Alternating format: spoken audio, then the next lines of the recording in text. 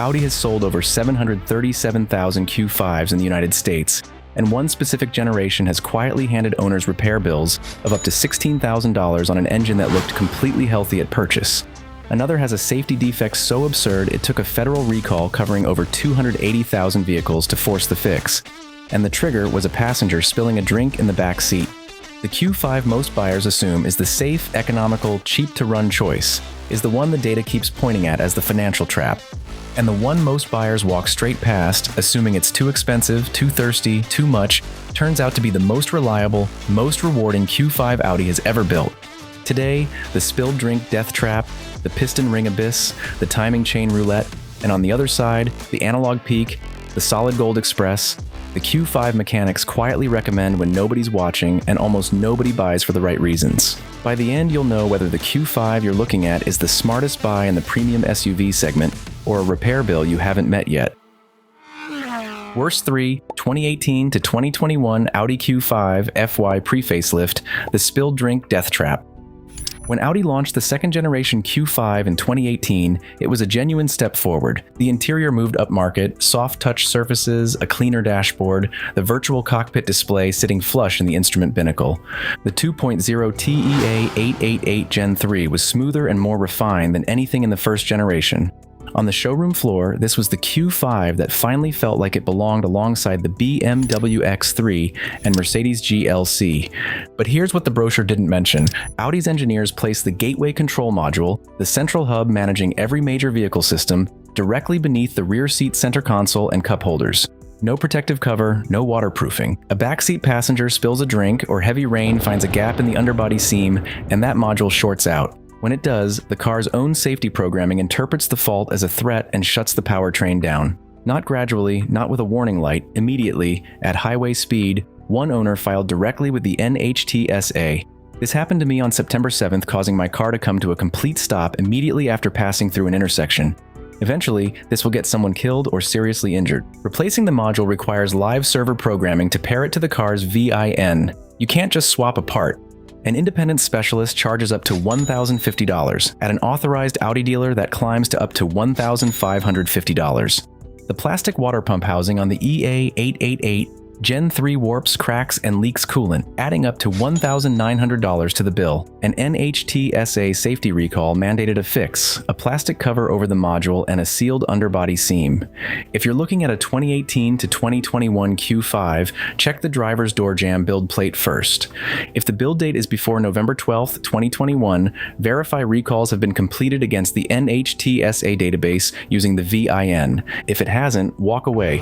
Q5 owners, what generation are you running and what has it cost you so far? Drop it in the comments. Worst 2, 2013 to 2014 Audi Q5 8R facelift 2.0T, the piston ring abyss. The 2013 facelift was supposed to be the fix. Audi refreshed the exterior, updated the interior, and fitted the revised EA888 Gen 2 4-cylinder. On paper, the first-generation problems had been addressed. In practice, Audi had traded one catastrophic failure mode for a different one, slower, quieter, and far more insidious. The EA888 Gen 2 Flex Fuel CPMB has a fundamental design defect in its piston rings. The oil control scraper rings are too thin, failing to remove oil from the cylinder walls efficiently. Over time, that residual oil bakes onto the rings and into the grooves, seizing them in place and allowing oil to escape directly into the combustion chamber. The result? Owners burning 1 quart of oil every 300 to 500 miles. Not a leak, the engine is consuming it internally, and the only way you know is when the oil light comes on. One owner put it plainly, my 2015 Q5 at 66,000 miles was diagnosed with exactly the same rate of oil consumption, $16,000 to replace the pistons and piston rings. Fixing this requires pulling the engine, disassembling the block, and installing revised pistons, wrist pins, and rings. An independent specialist charges up to $9,200. An authorized Audi dealer quotes up to $16,000 and often recommends a complete long block replacement. Audi issued a technical service bulletin in October 2013 titled Engine Oil Consumption Too High, Manufacturer Acknowledgement that the problem exists. The class action in Re-Audi Oil Consumption Settlement extended the warranty to 9 years or 90,000 miles. The claims deadline passed on April 15, 2024. Any buyer purchasing one today is completely exposed. The burning oil destroys downstream components. Catalytic converters clog with oil ash at $1,500 plus to replace, spark plugs foul constantly, and the PCV valve diaphragm tears, adding another $1,700 at a dealer.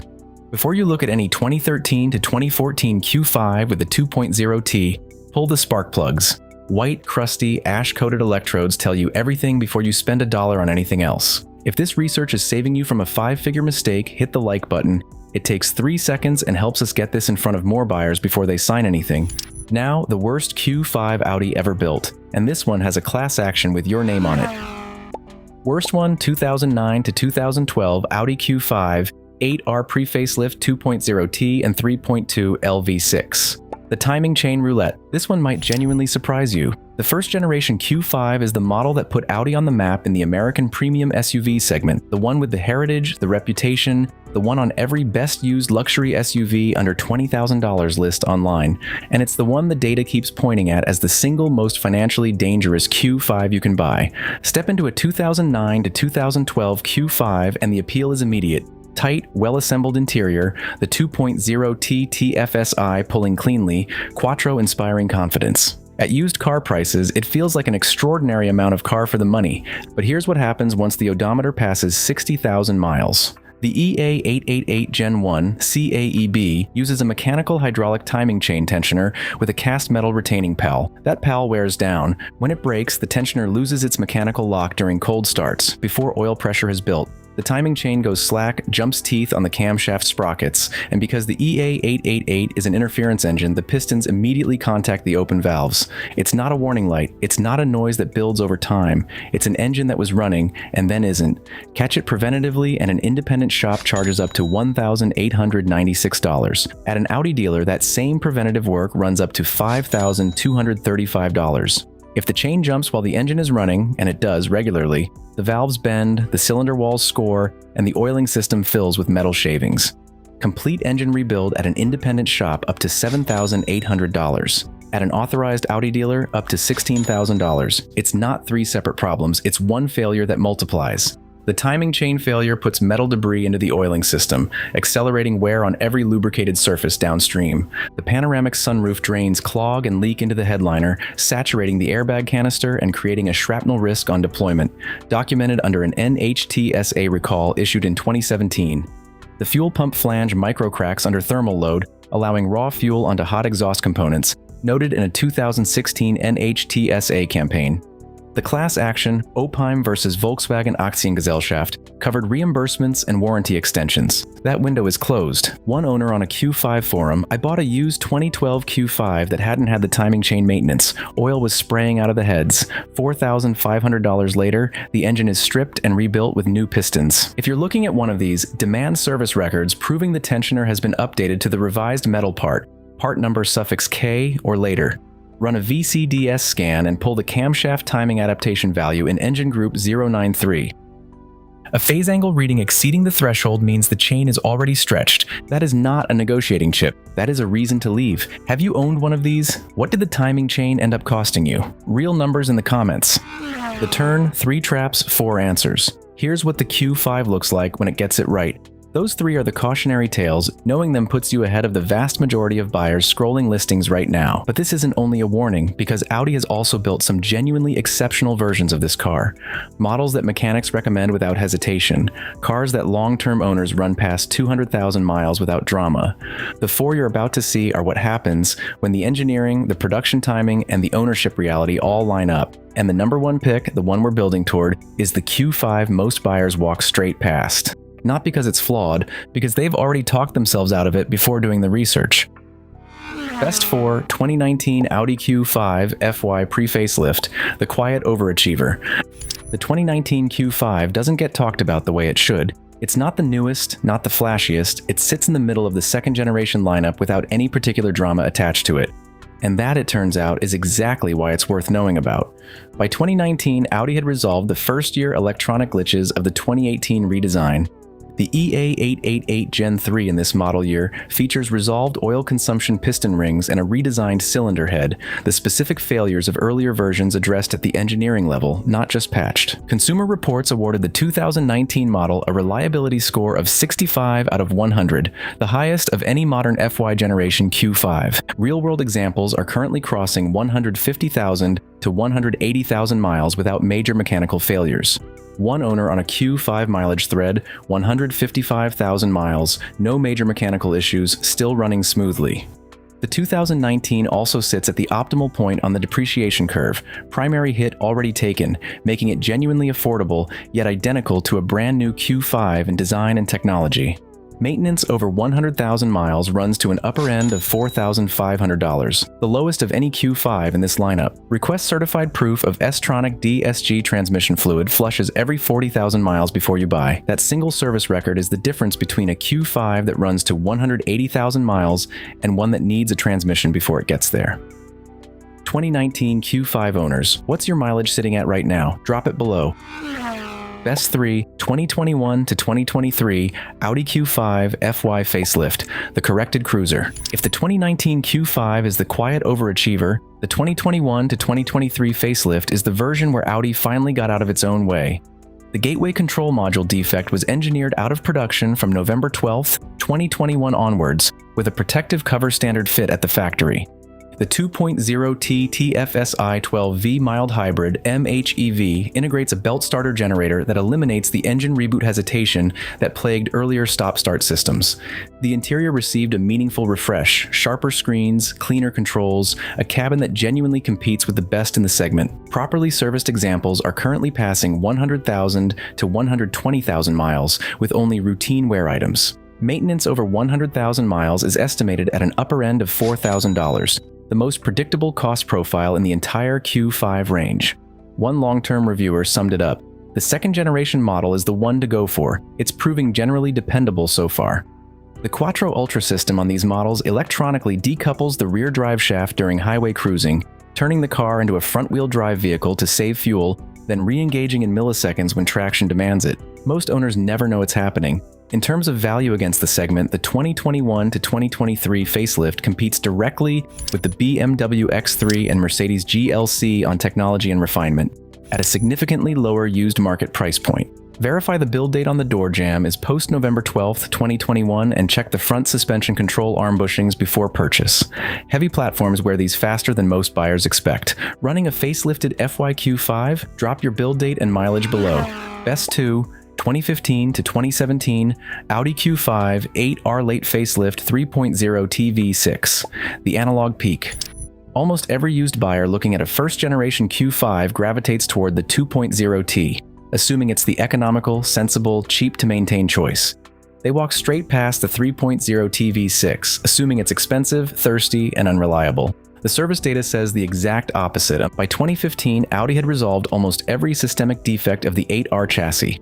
The 3.0T supercharged V6 CTUB uses a cast aluminum block with updated metal timing chain tensioners fitted from the factory, none of the catastrophic failure modes that define the 2.0T variants. It's paired with the ZF 8-speed Tiptronic 8HP55A torque converter automatic, universally regarded by mechanics as one of the most thermally capable and mechanically durable transmissions ever fitted to a passenger vehicle. Not the S-Tronic dual clutch with its mechatronic unit vulnerabilities. Well-maintained examples regularly reach 200,000 to 250,000 miles without requiring internal engine work or transmission overhauls. One owner on a Q5 forum, at 105,000 miles, I have never had a major service issue, knock on wood, and plan to keep this car until it's dead. Maintenance over 100,000 miles runs to an upper end of $6,000, and the primary items are the PCV valve, water pump, and thermostat, which sit under the supercharger and should be replaced together as a single combined service. Here's the detail most buyers miss. Despite carrying a 3.0T badge, where the T universally signals a turbocharger, this engine is mechanically supercharged. It uses an Eaton twin vortices Roots-type supercharger nestled in the valley of the V6 block. Instant torque, no lag, and a mechanical simplicity that turbocharged engines cannot match. Because of its reliability and the enthusiast demand for physical climate controls and the supercharged power plant, late model 8R 3.0T units hold their value better than almost any other vintage Q5 on the used market. That said, there is one Q5 above this one that takes everything the 3.0T does right and turns the dial up in performance, engineering integrity, and long-term ownership reward, and almost nobody is buying it for the right reasons. 3.0T owners, what's your mileage and what does it cost you to get there? Drop it below. Best one, 2016 to 2017 Audi SQ5 8R facelift, the solid gold express.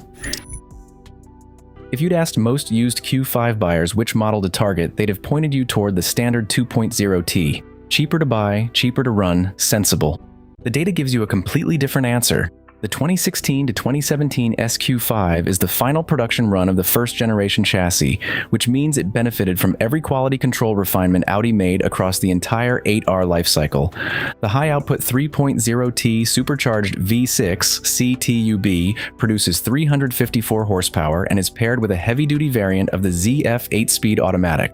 The transmission mechanics describe as one of the most reliable ever fitted to a passenger vehicle. This drivetrain has no inherent mechanical flaws and handles elevated thermal loads without stressing internal components. Service histories confirm these engines regularly pass 200,000 miles on original internals, with aggressive driving habits, provided 5,000-mile European-spec synthetic oil changes are maintained. One SQ5 owner on Reddit, I have a 2015 SQ5 with 110,000 miles, Stage 2 APR tune, love the car completely, comfortable, reliable, and fast. The perfect blend of sports car and family hauler. Maintenance over 100,000 miles runs to an upper end of $7,000. Slightly higher than the standard Q5 due to larger performance brake rotors and high-speed rated tires. Here's the number that reframes the entire ownership calculation. The 2016 SQ5 has a documented stopping distance from 60 miles per hour of just 103 feet, on par with contemporary dedicated sports cars. This is not a performance SUV that compromises reliability to deliver performance. It is a reliable SUV that happens to perform. The 2016 to 2017 SQ5 has entered a phase of highly stabilized depreciation. The steep curve is done. Buyers who find a clean, documented example today are getting a car that has already absorbed its financial hit, with a drivetrain that has decades of reliable service left in it. The SQ5 is what Audi Q5 ownership should always feel like. Most buyers walk straight past it looking for something cheaper to run. That is the single most expensive mistake in this segment. Inspect the front brake rotors before you buy. Replacing the performance hardware runs upwards of $1,200 and is worth factoring into your offer. Check for leaking fluid-filled electronic engine mounts. A failed mount stores a fault code in the ECU without triggering a check engine light. Verify the ZF 8-speed transmission fluid and filter service was completed around the 75,000 mile mark. Those 3 checks take 20 minutes and are the difference between buying the best Q5 ever made and buying someone else's problem. SQ5 owners, would you buy it again over a standard Q5? Drop your mileage below. Buy with information, not impulse. Avoid the 2018 to 2021 FY pre-facelift unless recalls are confirmed completed. Avoid the 2013 to 2014 8R facelift 2.0T without a full oil consumption test and spark plug inspection.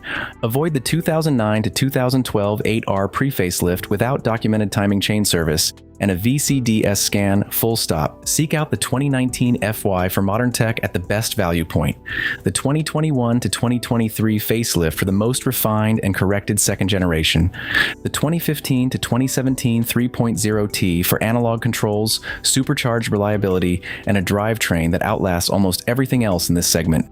And if you want the best Q5 Audi has ever built, find a clean, documented 2016 to 2017 SQ5 and do the 3 pre-purchase checks. Buy with information, not impulse. If this helped, hit like and check out this next video. It covers the 3 worst and 4 best Audi engines to own, and if you're cross-shopping between Q5 generations, it's the other half of the decision most Audi buyers get wrong. This is Tom from Seats and Wheels. Thanks for watching.